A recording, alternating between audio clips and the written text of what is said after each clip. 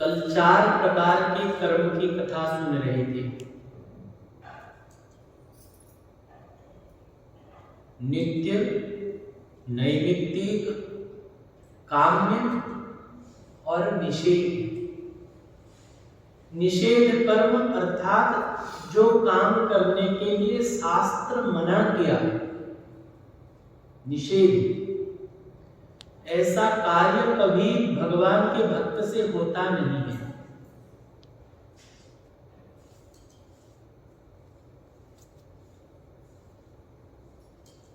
और रहा काम्य, काम्य माने सकाम कर्म। सकाम कर्म भी भक्त से नहीं होता। फलाशक्ति को छोड़कर, फलाशा को छोड़कर नित्य नैमित्तिक कर्म भी प्रभु के प्रसन्नता के लिए करते हैं।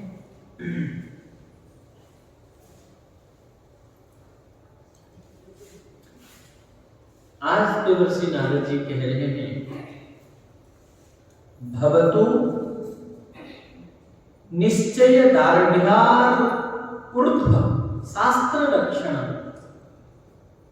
अर्थात विधि निषेध से अति अलौकिक प्रेम प्राप्ति करने का मन में दृढ़ निश्चय हो जाने के बाद भी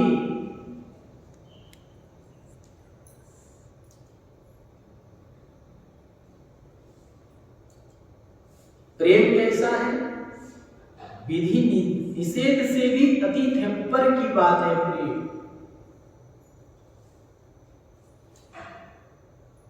वो प्रेम जो प्राप्त करता है और जो ये निश्चय कर लेता है कि हमें संसार में और कुछ नहीं चाहिए, भगवान के चरणों में प्रेम चाहिए, ऐसा दृढ़ निश्चय कर लेने के बाद भी शास्त्र की रक्षा करनी चाहिए। शास्त्र आज्ञा का पालन करना चाहिए। शास्त्र संत सद्गुरु जिसको मना कर रहे हैं हम उसको नहीं करेंगे, और शास्त्र जो करने के लिए आज्ञा दिए हैं उसी को करेंगे। अर्थात भगवत अनुकूल शास्त्रोक्त कर्म करने चाहिए। हाँ, जिस दिन होश ही नहीं रहेगा, भगवान के प्रेम में डूबे हुए हैं,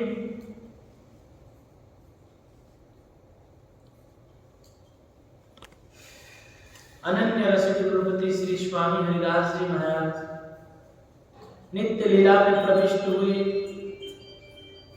उनके बाद बिहारी जी के सेवा में श्री विपुल बिहारी देव सेवा में श्री बिहारी जी के थे। बस सुबह दांतों में पकड़े हैं और बिहारी जी के लीला में ऐसे तन्मय हो गए, ऐसे तन्मय, 3 दिन तक समाधि लगा रहा। तो होश नहीं कि मैं कहाँ हूँ, क्या कर रहा हूँ। बिहारी जी की से 3 दिन ठाकुर जी का पट बना। उसके बाद बिहारी जी की सेवा गोसाइयों को प्रदान कर दिए और स्वयं आवेश में रहने लगे और नित्य लीला में प्रवेश कर। वो अलग बात है।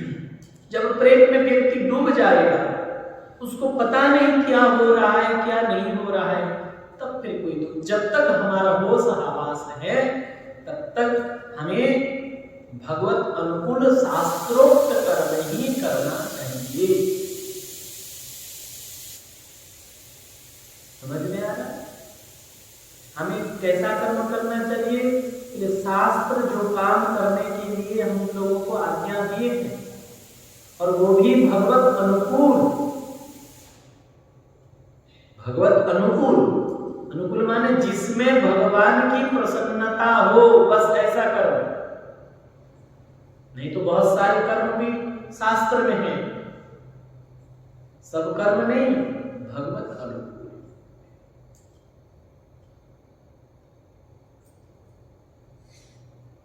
प्रेम की बाह्य ज्ञान शून्य, विधि निषेध से अतीत सिद्धावस्था में भी लौकिक और वैदिक कर्मों का त्याग अपने आप ही हो जाता है, जानबूझकर नहीं किया जाता।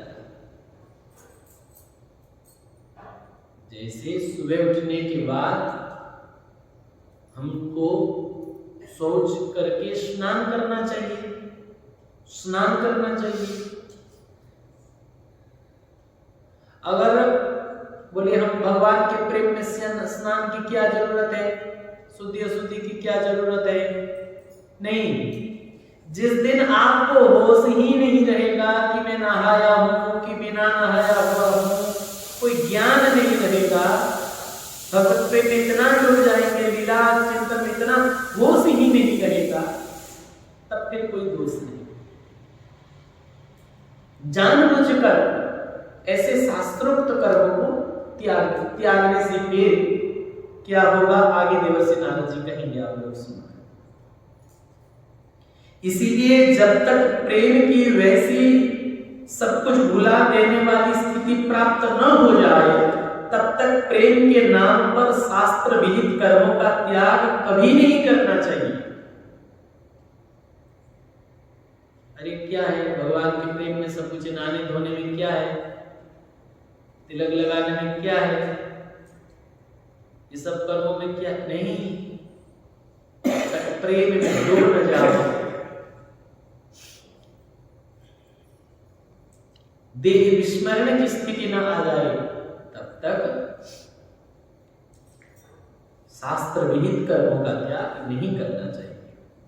शास्त्र के अनुसार भगवान के अर्पण बुद्धि से भगवत अनुकूल नित्य नैमित्तिक कर्म और श्रवण कीर्तन आदि रूप भजन करते करते भगवान का वह परमोच्च प्रेम प्राप्त हो जाता है। जो ईमानदारी से भगवान के प्रेम को पाना चाहता है, भगवत प्रेम प्राप्ति करना जो चाहते हैं, उनको नित्य नैमित्तिक कर्म, शास्त्र जो आज्ञा की है वो कर्म करना चाहिए। वो भी कैसे करना चाहिए? केवल भगवान की प्रसन्नता के लिए, भगवान की सेवा के लिए, और श्रवण कीर्तन रूप ये भजन करते रहना चाहिए। सुनते सुनते प्रेम हो जाए। बोलो भगवान से अभी जितना भी प्रेम, ठीक है 100% प्रेम हम लोगों का अभी भगवान से नहीं हुआ है, लेकिन कुछ परसेंट तो हुआ है। मानते हो कि नहीं मानते हो इस बात को? अगर भगवान से प्रेम नहीं होता तो यहां क्यों आए? कल मैं जा रहा था बस्ती, सत्संग होने के बाद इतना ठंडी था,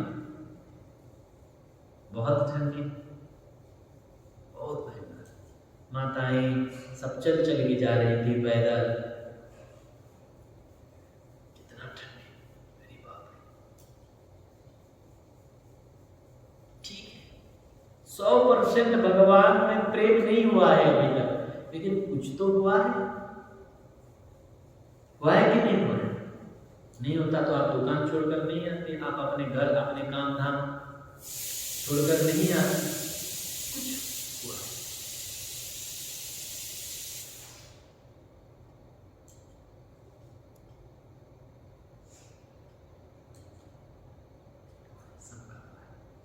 आपका बच्चा बीमार है फिर भी आ जा रहे, ये वोट चल रहा है फिर राजनीति लोग किया जा रहे हैं, आपका दुकान छोड़ के आ जा रहे हो। माताओं का अपना अपना रसोई काम है, ये सब छोड़ के आ रहे हैं। इसका कुछ तो प्रेम हो रहा है। कैसे हुआ याद करो। क्या ये प्रेम पहले था? जब हम पैदा हुए तब से ये प्रेम था? नहीं। ये प्रेम हुआ कैसे? ये प्रेम कैसे बढ़ रहा है? कहीं ना कहीं आप भगवान के मधुर मधुर लीलाओं को सुने हो, इसी से भगवान से प्रेम हुआ है कि ऐसे ही हो गया बिना सुने? बिना सुने हुआ है? सुने हुआ है। तो पूर्ण प्रेम 100% प्रेम कैसे होगा? कैसे होगा? ऐसे सुनते रहो और भगवान के प्रेम में फंसते जाओ। आप छोड़ के देखो, अगर छोड़ना चाहते छोड़ के, चैन नहीं मिलेगा, भीतर बेचैनी होगी, अशांत होगा मन, भीतर में तकलीफ होगा।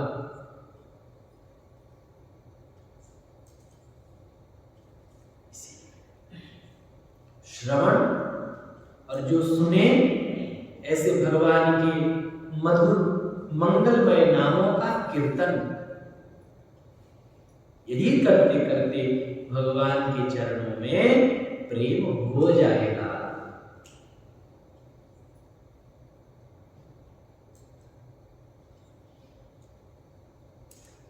भगवान स्वयं आज्ञा करते हैं, तस्मात् शास्त्रं प्रमाणं ते कार्य व्यवस्थितो ज्ञात्वा शास्त्र विधानोक्तम कर्म कर्तुमिमार्हसि।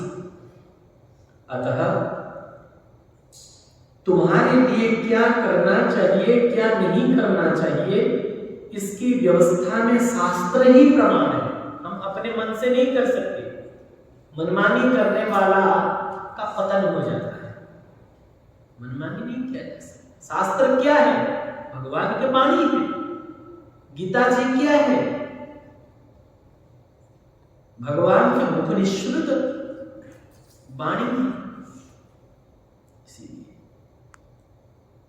हमें क्या करना चाहिए, क्या नहीं करना चाहिए, क्या देखना चाहिए, क्या नहीं देखना चाहिए, क्या खाना चाहिए, क्या नहीं खाना चाहिए, कैसे लोगों का संग करना चाहिए, किसका संग नहीं करना चाहिए, कैसा कहना चाहिए, कैसा नहीं कहना चाहिए, क्या सुनना चाहिए, क्या नहीं सुनना चाहिए, क्या पहनना चाहिए, क्या नहीं पहनना चाहिए।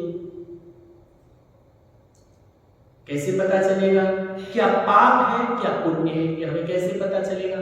बोले शास्त्र जो कर्म करने के लिए मना किया है वो पाप है, और शास्त्र जो कर्म करने के लिए आज्ञा दिए हैं वो पुण्य है। शास्त्र ही प्रमाण होते हैं। यह जानकर तुम्हें शास्त्र विधि के अनुसार ही कर्म करना चाहिए। आगे के सूत्र में कहते हैं अन्यथा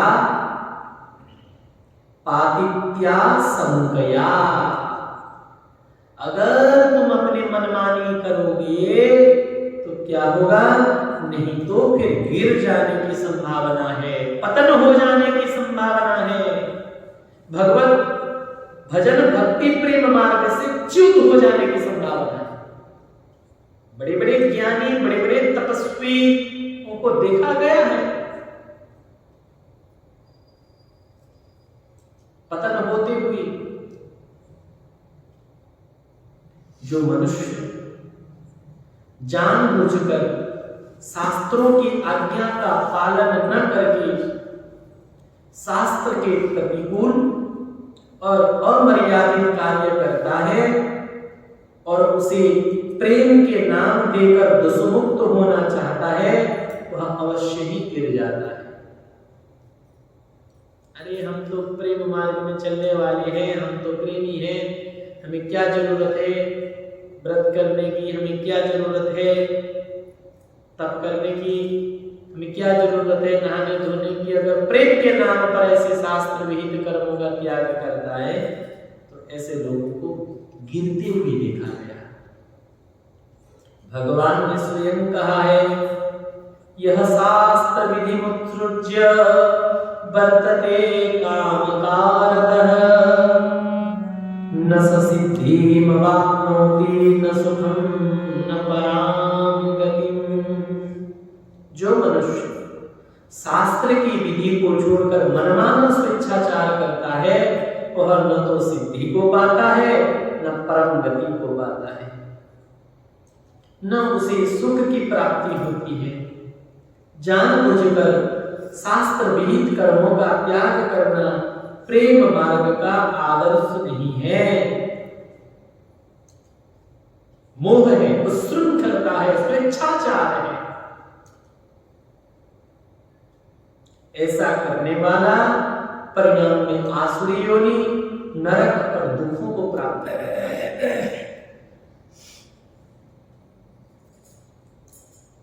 इसके आगे देवर्षि नारद जी और एक बात कह रहे हैं, लोगों के तावदेव किंतु भोजनादि व्यापार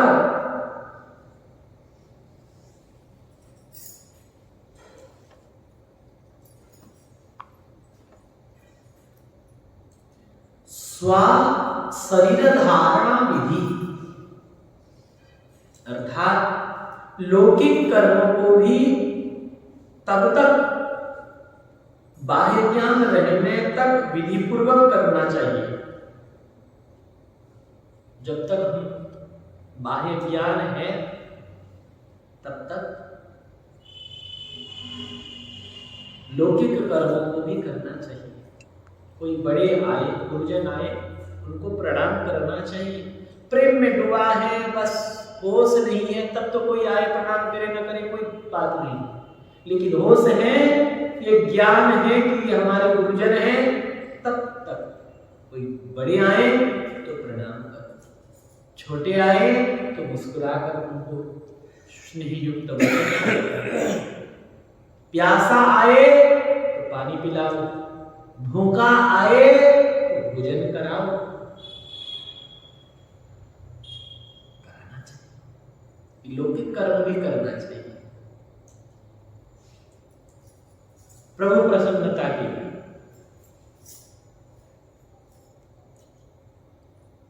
पर भोजनादि कार्य जब तक शरीर रहेगा तब तक तो होते ही रहेंगे, जब भले ही होश न रहे, लेकिन जब तक शरीर है तब तक भोजनादि कार्य तो रहेगा। क्यों? क्योंकि शरीर का धर्म है। भोजन जिस दिन छोड़ देंगे, ऐसे महापुरुषों को भी देखा गया है। कन्हैया भगत नाम के भगत थे, बाल भक्त, इतने भजन में डूबे रहते थे कि उनके मां हाथ पकड़ कर ले आती थी, बैठा देती थी, सामने भोजन परोसती थी, तो उनको होश नहीं रहता। भोजन लेकर कभी नाक में घुसेड़ते, भोजन लेकर कभी नाक में लगाते भोजन को लेकर, कभी कान में, उनको होश नहीं रहता कि मुंह में भगवत प्रेम में ऐसे, तो पीस के उनके मांग को पिलाती, भोजन छूट जाएगा तो फिर शरीर भी छूट जाएगा। शरीर का धर्म है भोजन, इसीलिए भोजनादि कर्म तो जब तक शरीर है तब तक।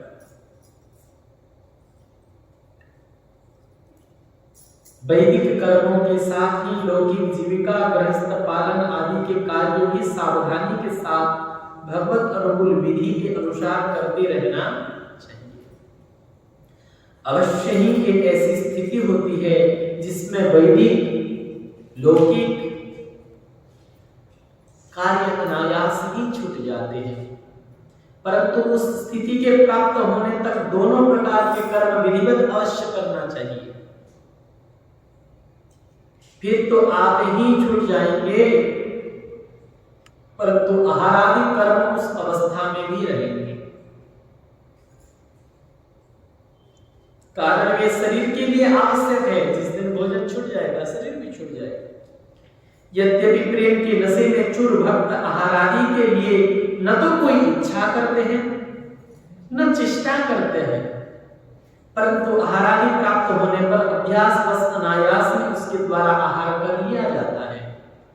अवश्य ही वह भी भगवत प्रसाद ही होता है। इसके बाद प्रेम रूपा भक्ति के लक्षण और उदाहरण की चर्चा देवर्षि नारद जी कर रहे हैं। नारद जी कहते हैं तल लक्षणानि वाचन्ते नाना मतभेदा। अब नाना मत के अनुसार उस भक्ति के लक्षण कहते हैं। अब सब लोग सावधानी से सुनिए, भक्ति के लक्षण क्या है। अनेक आचार्यों ने भक्ति का स्वरूप भिन्न भिन्न बतलाया है।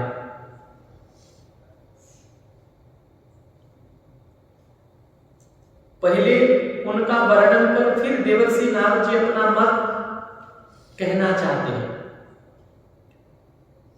देवर्षि नारद जी के मत से भक्ति क्या है वो बताएंगे, लेकिन पहले अन्य आचार्यों का मत बता रहे हैं।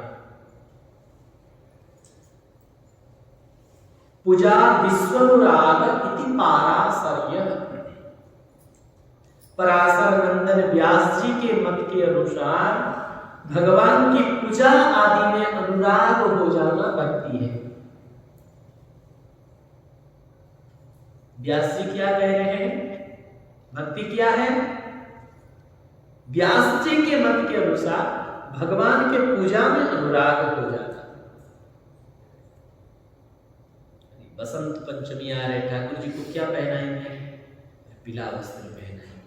अरे हरियाली की जा रही है, ठाकुर जी को हरा वस्त्र पहनाना है। अरे होली आ रहे हैं, ठाकुर जी को जो है ये सब सावन आ गया, झूला झूला की तैयारी करो। जन्माष्टमी, राधाष्टमी, भगवान की पूजा सेवा में है। सुबह हुआ जल्दी उठो, जल्दी नहाओ, जल्दी तिलक चंदन भागो। क्यों? मंगल आरती होगी, ठाकुर जी मंगल आरती करो। बढ़िया मंगल आरती की, कीर्तन की। अब बोले थोड़ा भावना कर लिए, 5 मिनट ठाकुर जी मन विहार आदि कर रहे हैं। फिर ठाकुर जी को स्नान कराना, ठाकुर जी को स्नान किए, ठाकुर जी को स्नान कराए।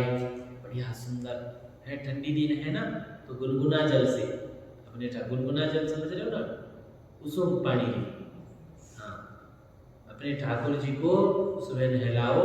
ठंडी है तो गुनगुना जल से, और गर्मी दिनों में ठंडी शीतल जल से स्नान कराना चाहिए। बढ़िया स्नान करा दिए हैं, कोमल कपड़ा है, कोमल नरम नरम कपड़ा से उनको पोंछ दिए, और पोंछ के फिर जो है उनको वस्त्र धारण कराइए। फिर चंदनों से हैं, कुमकुम से उनको पत्रावली किए।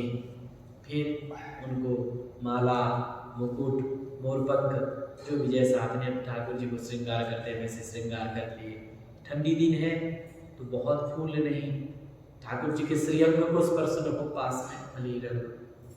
ठंडी दिन, गर्मी दिन है तो खूब फूल माला पहनाना चाहिए ठाकुर जी को,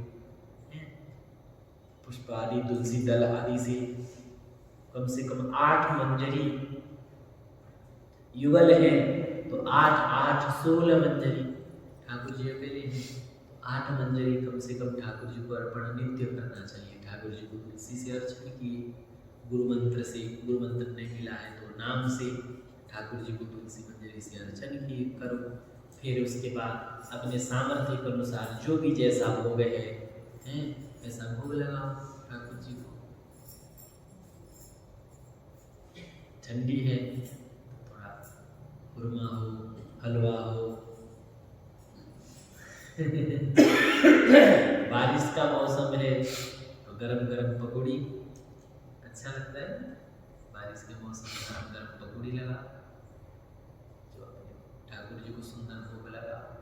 अपने साथ सामग्री कम है, सामर्थ्य कम है तो भावना बनाओ ठाकुर जी को, जो अपने पास है वो लगाओ, उसके बाद बैठकर भावना बनाओ। ये नहीं कि सामान है, सामर्थ्य है और खाली भावना से भोग लगा, नहीं, सामर्थ्य जिस जैसा है लगाने के बाद फिर भावना बनाओ। गरम जलेबी का भोग लगा रहे हैं, सुंदर पकौड़ी, कचौड़ी, बादाम, किशमिश और महाराज लड्डू, पेड़ा, बर्फी, आंख बंद करके बढ़िया बढ़िया नैवेद्य की वस्तु का चिंतन करो। सोने की थाल में सुंदर सजा के प्रिया प्रीतम के सन्मुख रखो, ठाकुर जी पा रहे हैं। आप बढ़िया बढ़िया पद गा के, कीर्तन गा गा के उनको भोग लगा रहे हो, ऐसे भावना करो ठाकुर जी भोग पा रहे हैं। बीच बीच में पानी पिलाओ, फिर पा लेने के बाद फिर ठाकुर जी का हाथ धोवाओ, आचमन कराओ ठाकुर जी को। आचमन कर लिए फिर कोमल रुमाल से ठाकुर जी को हाथ मुंह पोंछ दो। फिर ठाकुर जी को पीढ़ी का धारण कराओ, पीढ़िया बांधो। फिर उसके बाद ठाकुर जी को सुंदर शुद्ध घी में बत्ती कर्पूर देकर ठाकुर जी को आरती करो। आरती कैसे किया जाता है? आरती का विधि क्या है? ठाकुर जी के चरणों में 4 बार आरती, ठाकुर जी के चरणों में 4 बार, उनके नाभि प्रदेश में 2 बार और मुखमंडल में 1 बार। कितना हुआ? 7, 4, 2, 1, 7 बार। फिर सर्वांग में 7 बार, उनके चरण से लेकर मस्तक फिर 7 बार गुरु मंत्र उच्चारण करते हुए अथवा भगवान नाम उच्चारण करते हुए 7 बार उनके सर्वांग शरीर पर आरती की। आरती के बाद फिर जलवारी किया जाता है। लोटा में, शंख में जो जल भर के ठाकुर जी की संपूर्ण श्री अंगों के चारों तरफ ऐसे घुमाया जाता है, जलवारी किया जाता है ठाकुर जी।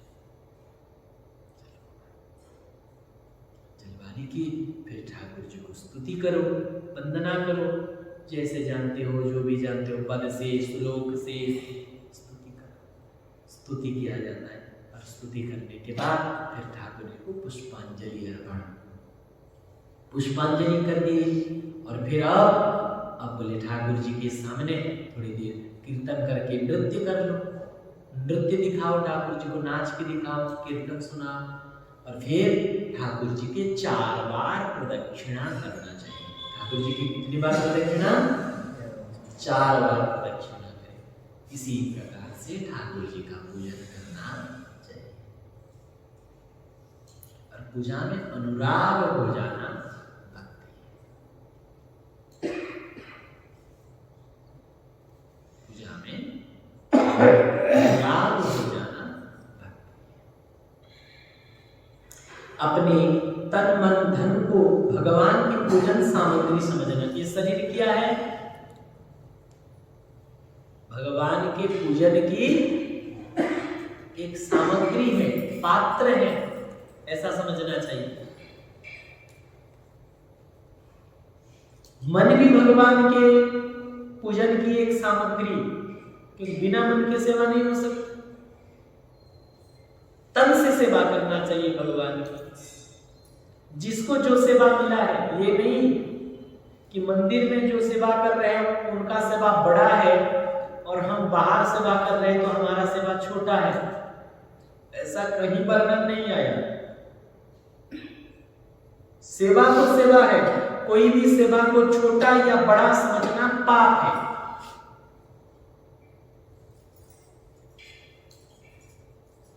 सेवा तो सेवा होता है भाई। आपको कीर्तन करने की सेवा मिला है तो आप कीर्तन सुनाओ। एक बात और कह दूं, कीर्तन अपने ठाकुर जी को रिझाने के लिए करो, अपने आनंद के लिए होना चाहिए। ये नहीं कि हम महाराज के ऊपर उपकार कर रहे हैं ऐसा नहीं होना कि महाराज जी बोले हैं भाई बुरा मान जाएंगे चलो, ऐसा नहीं। ये कीर्तन की सेवा महाराज जी नहीं बोले, ढंग से शांति मन से एक बार विचार करो। ये सेवा आपको रघुनाथ जी ने दिए हैं, नाम की सेवा राम जी दिए हैं। तन से सेवा बन रहा है ना कीर्तन का, ये राम जी निजुक्त के दिए हैं। एकांत में धन्य धन्यता अनुभव करना चाहिए। मैं कितना सौभाग्यशाली हूं, मुझे रघुनाथ जी ने चुना अपने कीर्तन के लिए। धन्य धन्य।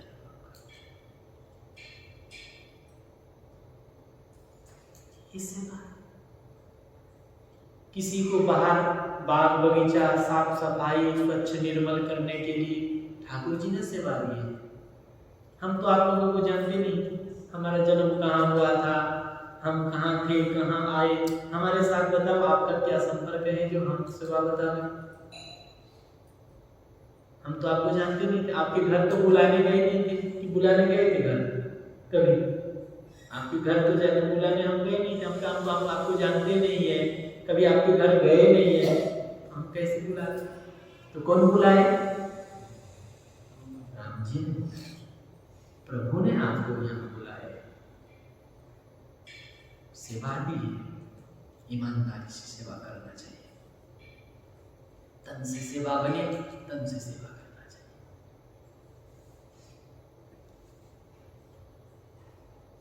जिसको जो सेवा ठाकुर जी ने दिए हैं प्रेम पूर्वक अनुराग पूर्वक करना चाहिए।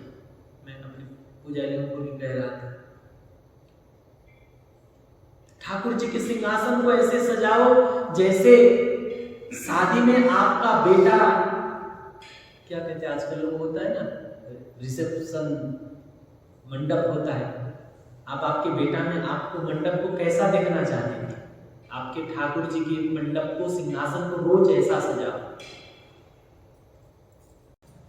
अपने 6 महीना का बालक को कितने सावधानी से हम सेवा करते हैं, नहलाते हैं, धोते हैं, उनको कितने सावधानी से पकड़ते हैं। कोई जाते हैं अपने बच्चा पकड़ाते हैं तो 2 मिनट पकड़ने में बड़ा मुश्किल हो जाता है।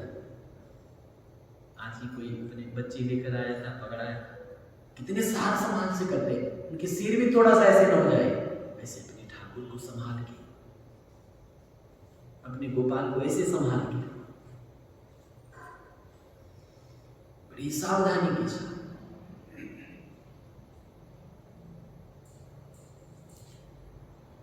कितने उत्साह के साथ उनको श्रृंगार करो। जिस दिन आप दूल्हा बने थे, याद करो, जो शादी किए जो नहीं किए वो भी सोचते हैं कि भाई मैं जब दूल्हा बनूंगा तो ऐसा होना चाहिए, वैसा होना चाहिए। और जो लोग दूल्हा बने हैं वो लोगों को भी याद होगा अपने शादी वाले दिन जो लोग दुल्हन बने हैं उन लोगों को भी याद होगा। वो लोग सोचते हैं संसार में सबसे ज्यादा सुंदर आज मैं लगूं, ये करते हैं। ऐसे अपने ठाकुर को सजाओ, ऐसे अपने ठाकुर को सजाओ। विश्वास करो इतना मजा लगेगा, इतना आनंद है। लाख बार दूल्हा बनने से वो सुख क्या, ये शरीर तो जितने सुंदर बनाओ हैं महाराज, फिर भी ये शरीर सुंदर हो जाने वाला है। आज भद्र होके चकाचक हो गए, फिर कल दाढ़ी मूंछ हो जाएगा, कोयला लगा लिए, काला कलर कर लिए, फिर सफेद सफेद बाल निकल जाएगा। ये संसार का रूप है, इसमें कोई सार नहीं है। यहाँ शरीर की में जो भी है, इसमें से केवल दुख ही मिलने वाला है। सुंदर देह देखी के उपजत है अनुराग, मढ़ी न होती चाम तो जीवत खाते काग। चमड़ा का प्लास्टर हुआ है, इसीलिए शरीर को वाह कितना सुंदर, देखो तो नाक कितना सुंदर, कान कितना सुंदर, इससे गंदगी निकलता है, क्या सुंदर है। सुंदर तो प्रभु है, उनको श्रृंगार करो, उनको सजाने वाला स्वयं सुंदर बने। मैं देखा जो प्रभु को सुंदर करता है, प्रभु तो सुंदर, साज सुंदर है, उनको क्या सुंदर, लेकिन जो उनको सजाता है वो खुद सज जाता है।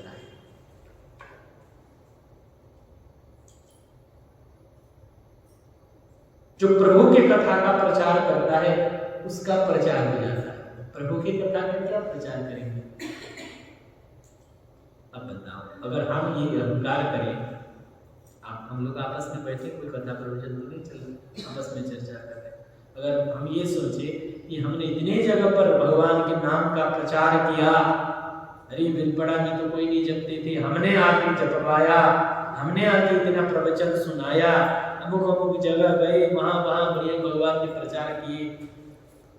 अपने मन से ये प्रश्न करना चाहिए कि हमने भगवान का प्रचार किया कि भगवान ने हमारा प्रचार किया? सच बात बता, भगवान हमने क्या, भगवान तो भगवान, उनका क्या प्रचार? भगवान का कथा कहने से, भगवान का नाम गाने से हमारा प्रचार हुआ है। इसीलिए अहंकार नहीं करना चाहिए, अभिमान मन में नहीं आना चाहिए। हमें कौन पूछता है एक गिलास पानी? कोई नहीं पूछता हमें। कहीं भी हम जाते तो आदर पूर्वक हमें आयो महाराज, क्यों बुला रहे हैं? भगवान की कथा गाते हैं, उनके नाम करते हैं, उनके नाम में हमारा नाम अपने आप को जोड़ दिए, हम भगवान का भगत अपने को कहलाते, इसीलिए इतना आदर प्रेम, इसीलिए प्रेम पूर्वक करना चाहिए। शरीर से सेवा, जो सेवा जिसको मिला है वो सेवा करना चाहिए, ईमानदारी से, प्रेम पूर्वक, निष्ठा पूर्वक करना चाहिए।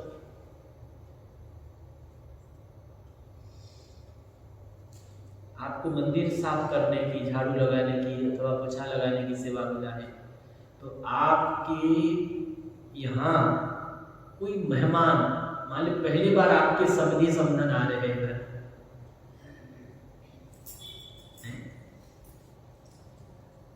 तो घर को कैसे साफ रखते हैं? कैसे रखना चाहिए?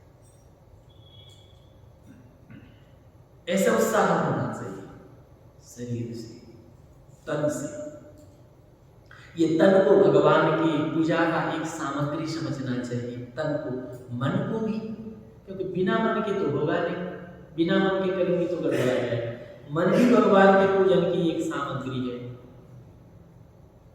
और धन को भी भगवान के पूजन की सामग्री। भगवान ने आपको दिया है धन, ठाकुर जी की कृपा से आपके पास धन है, धन को भगवान श्री बंसी अली नाम के एक महापुरुष के चरित्र में सुन रहा था। कम से कम 100-200 साल पुरानी बात होगा। उस जमाने में राधाष्टमी के उत्सव पर 25,000 रुपया खर्चा करते थे। कितने साल पहले की बात है? अभी समय की बात की है, 25 करोड़ रुपया होगा। उनके घर में संपन्न था। उनके माँ जब हाथ पकड़ ली, तो ऐसे लुटाओगे तो कुछ चलने वाला, एक आध साल में सब खत्म हो जाने वाला, तो घर बार सब छोड़कर किसको कहीं बिना वृंदावन आ गए। राधा रानी की कृपा प्राप्त हुआ। उनका चरित्र है बंसी अली की चरित्र। ऐसा सत्संग चले तो भक्तमाल की भी अनेक भक्तों की चर्चा कर सकते हैं, लेकिन ठाकुर जी कभी कहाँ रखते हैं। देखेंगे अगर आगे सुविधा होगा तो। बच्चे लोग भी कह रहे थे भक्तमाल की भी कुछ स्मरण करेंगे, भक्तों के चरित्र को सुनेंगे, क्योंकि भक्तमाल सुने बिना भक्ति नहीं मिलता। भक्ति रूप अति दूर है, भक्ति का स्वरूप भक्तमाल सुने बिना जानकारी नहीं मिलता। तो ठाकुर जी ने आपको धन दिए हैं, कम से कम दशांश, मैंने 100 में से 90 भले ही आप आपके परिवार के लिए, आपके शरीर के लिए संग्रह करो। 10 माने ईमानदारी से 100 में से 10 अलग कर दो ठाकुर जी की सेवा के लिए, प्रभु प्रसन्नता के लिए। शास्त्र की आज्ञा है। अगर आज 100 रुपया आमदनी हुआ तो 10 रुपया भगवत प्रसन्नता के लिए, भगवत कार्य में विनियोग करेंगे। ये सब भगवान की पूजन की सामग्री है।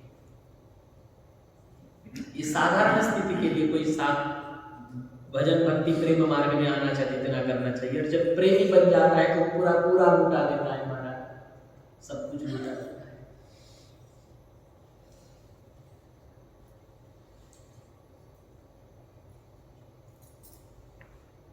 परम श्रद्धा पूर्वक यथाविधि तीनों के द्वारा भगवान की प्रतिमा की अथवा विश्वरूप भगवान की पूजा करना चाहिए। देखिए इसकी चर्चा हड़बड़ी नहीं होते, कल फिर करेंगे।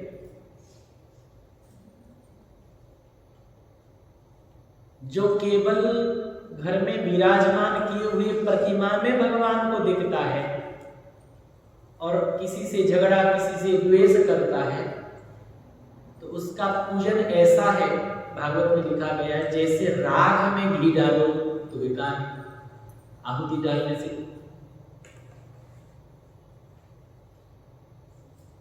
इसीलिए ये तो हमारे ठाकुर जी ही हैं,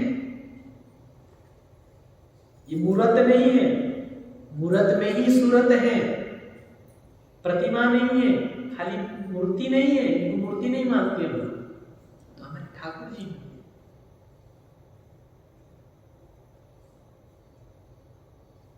जैसे अग्नि है, अग्नि को आप पकड़ सकते हो? आपको अगर ये कहा जाए अग्नि लाओ तो आप क्या करेंगे? माचिस ला के देंगे महाराज लोग, ये तो माचिस है, अग्नि कहाँ है?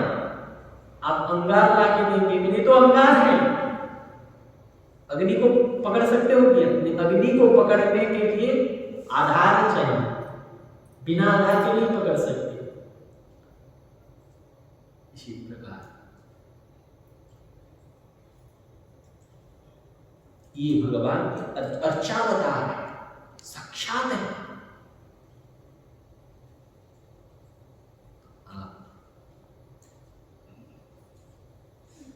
तन मन धन से भगवान की प्रतिमा की सेवा अथवा विश्वरूप, भगवान के जितने विश्वरूप हैं इन सब की सेवा। यहाँ जितने लोग बैठे हैं सब भगवान के ही रूप बैठे हैं, और हम जो वाणी से सेवा कर रहे हैं ये भगवान की सेवा हो रही है। हम यहाँ किसी को ज्ञान नहीं दे रहे, हम सेवा कर रहे हैं। ठाकुर जी इतने रूप में सुनने के लिए आए हैं, और हम तो बाबा जी और क्या कर सकते हैं? बस हम अपनी वाणी से भगवान के चरित्र सुना सकते हैं। तो भगवान के चरित्र सुनाना ये हमारा विश्व रूप भगवान की सेवा, श्रोता रूपी भगवान की सेवा कर रहे हैं, ऐसा भावना करनी चाहिए। भगवत पूजा में मन लगने से संसार के बंधन कारक विषयों से मन अपने आप हट जाता है। इसकी चर्चा फिर हम लोग कल करेंगे। भगवान की पूजा में जब मन लगने लग जाएगा ना, तो संसार से मन हटने लग जाएगा, अपने आप हट जाएगा। इसीलिए भगवान की पूजा में अनुराग हो जाना यही भक्ति देव, इसको भगवान व्यास जी कहते हैं। कुछ आज समय विशेष हो गया है, कल फिर इसकी कुछ चर्चा करके, और आचार्य गणों ने भक्ति को का लक्षण क्या बताए हैं इसका श्रवण